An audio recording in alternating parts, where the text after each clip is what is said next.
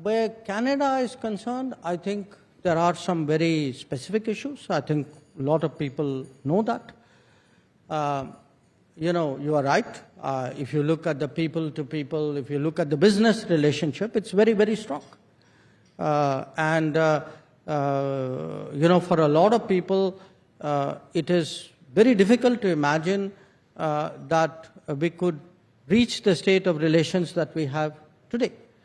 So why has this happened? I would say definitely there is some history, for the non-Indians in the room, I should remind you that in the 1980s, Indian Air India plane was blown up flying out of Canada, and in many ways that's a kind of a overhang, because it wasn't just an incident; it was a reflection of something which was going on there. But at a time when many people felt that, look, that's all behind us, I think developments in the politics went in a different direction. And we are seeing to some degree the consequences of that. So again, I give you the first observation that, the broad attitude versus the specific. And I give you 2-3 examples of it.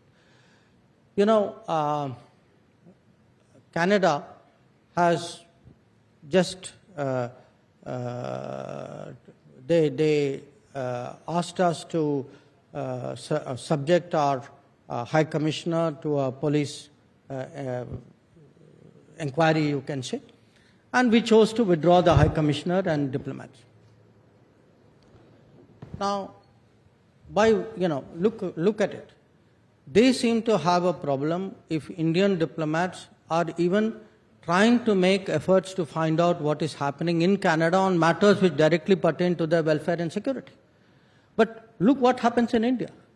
Canadian diplomats have no problem going around collecting information on our military, on our police, profiling people, targeting people to be stopped in Canada. So apparently the license that they give themselves is totally different from the kind of restrictions that they impose on diplomats in Canada. Or even take the press. I'm at a press event. Now, when we tell them, saying, look, you have people openly threatening leaders of India, diplomats of India.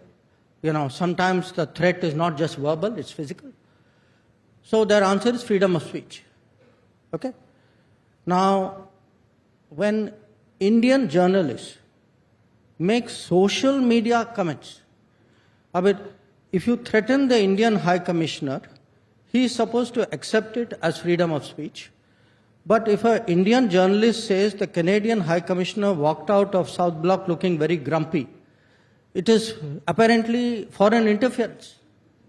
Now, how, look at the, this is not even, double standards is a very mild word for it. So, look, there is this thing that we will do it differently at home, we will do it differently abroad, we will do it our way, but that doesn't apply to you.